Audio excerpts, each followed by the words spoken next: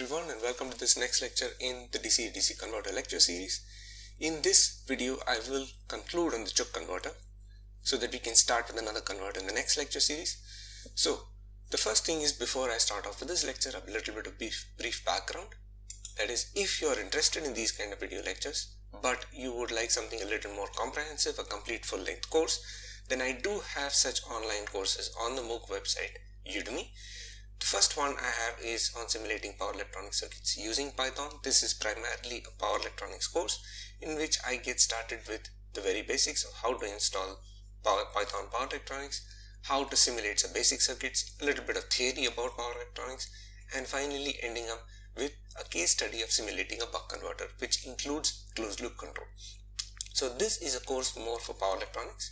If you want a course which is more on signal processing and control, then I do have another course which is Basics of Digital Signal Processing for Power Engineers. In this course, I discuss how to design and analyze a digital filter for power applications. Basically, I use Python to perform frequency response analysis and plot Bode plots for low-pass filters and notch filters in power applications. So these are two courses, full-length courses, if you are interested in something a little more comprehensive. So with this background, I'll get back to the lecture. So in the previous lectures, we had plotted and analyzed the waveforms for a variety of different cases. So I'll just go over. So we had generated several plots. Most importantly, I would say one of the last concluding plots was this one, where we had plotted the current through the first inductor. And let me go over to my circuit. So we had plotted the current through the first inductor L1. We had plotted the current through the load inductor L2, which is going in this direction. And finally the capacitor current. And this way we had shown what was the significance of the capacitor in terms of energy storage, because the current through the input is this one IL1, that is the blue line, and this blue line is much higher than the orange line. This shows the difference in the energy of the inductors. So which means this energy, the difference, is accounted by the decoupling capacitor C1. So in the Chook converter, this is one of the fundamental concepts. That is, we are using a decoupling capacitor to be able to decouple our input from our output.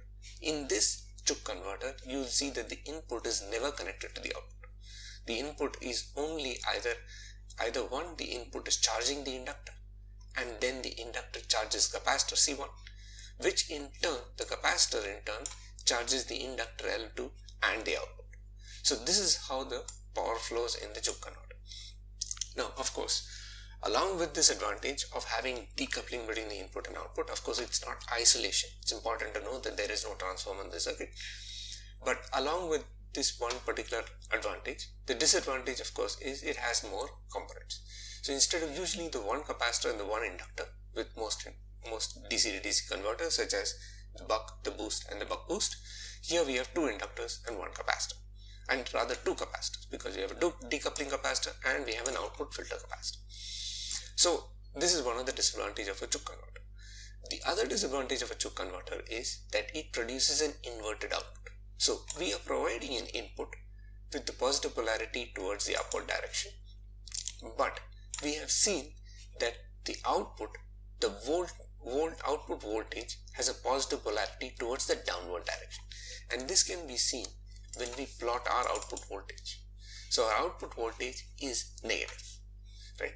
So for this reason,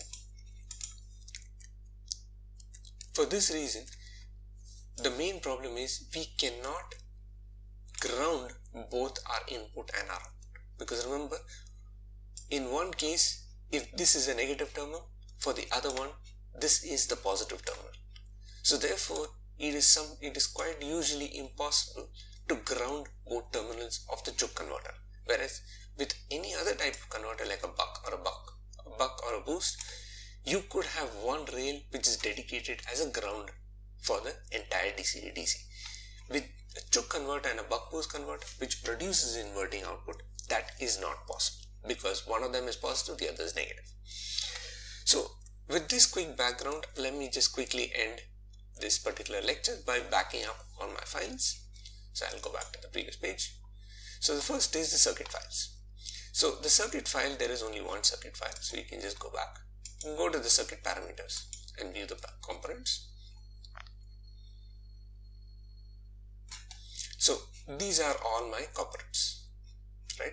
So now that we have finalized our simulation, whenever you finalize simulation, always do an export parameters.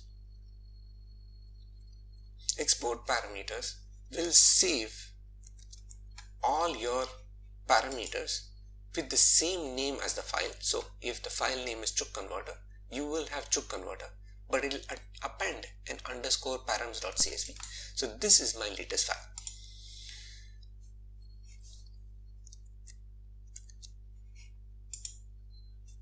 So in this file, you see it has actually backed up all my parameters, the latest parameters, in a .csv file. So we can now share this file. You can share this file with any other collaborator, and they can in turn upload this file into their simulations and get exactly the same simulation conditions that you have.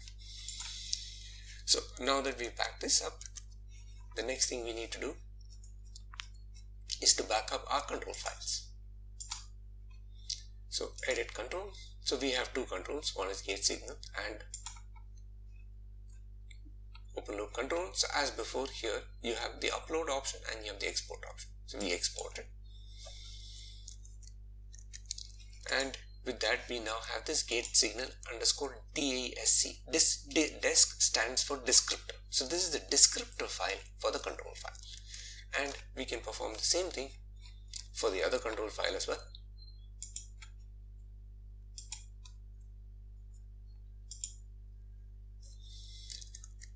So we will now have the new control file. So you can always delete the old ones and do it again, but it doesn't matter, because when you do an export, it will overwrite the previous values. So you can just go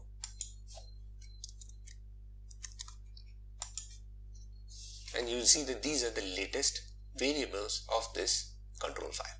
So as before, this is a great way to collaborate between researchers or your colleagues. You just have to back up your files in these manner. So let me do that once.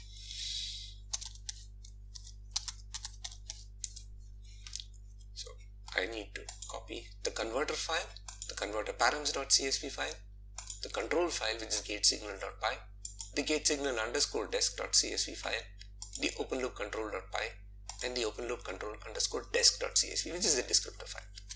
So I will copy these files into this directory, and now these files are completely all I need to be able to regenerate the simulation on another computer, right? So in the same way, you can supply these files to any of your colleagues and they can regenerate exactly the same simulation that you have, and this way people can collaborate. So with this, I will bring an end to this lecture and also to the Chook Converter series. In the next lecture, we will start with the SEPIC converter. So that will be next week. If possible, read up on the SEPIC converter either on just Wikipedia or using any power electronics textbook.